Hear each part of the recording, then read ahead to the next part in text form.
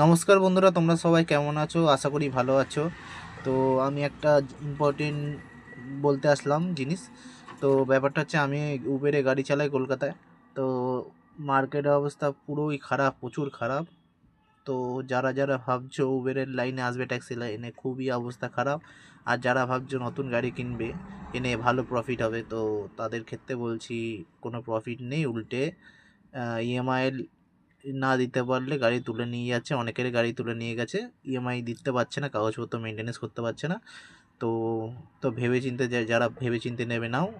যদি লস যদি না করতে চাও তাহলে নিও না উবেরে গাড়ি।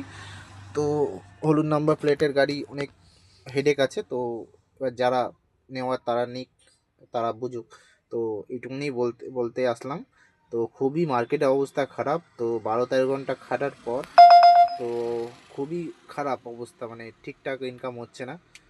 তো মেনটেনেন্স খরচা উঠছে না গাড়ির, মানে একদিকে মেনটেনেন্স খরচা উঠাতে হবে আপনাদের, আর একদিকে ইএমআই টানতে হবে। সেই বুঝে আপনারা ডিসিশন নেবেন, কী ডিসিশন নেবেন জানি না।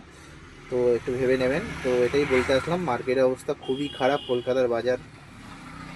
তো এখন শীতকাল, তার মধ্যে আরও মার্কেট ডাউন হয়ে আছে। আমি অনেকক্ষণ ধরে সকাল থেকে 3-4 ঘন্টায় বসে বসে আছি, অর্ডার পাচ্ছি না। ঠিক আছে, উবের ইন্ডাইস সাথে সাথে সবই খোলা আছে, সব অ্যাপই খোলা আছে, কিন্তু অর্ডার একটাতেও ঢুকছে না। খুবই মার্কেটের অবস্থা খারাপ। 3-4 ঘন্টা ধরে বসে একটা অর্ডার নিই। তো সেই ভেবে নিন তাহলে কী অবস্থা মার্কেটের। তো খুবই অবস্থা খারাপ, খুবই। তো যারা কমার্শিয়াল গাড়ি ক্যাবের লাইনে আসছেন, তো ভেবে চিন্তে আসুন। এর থেকে ভালো অন্য কিছু কাজ করুন, ওটাই মঙ্গল।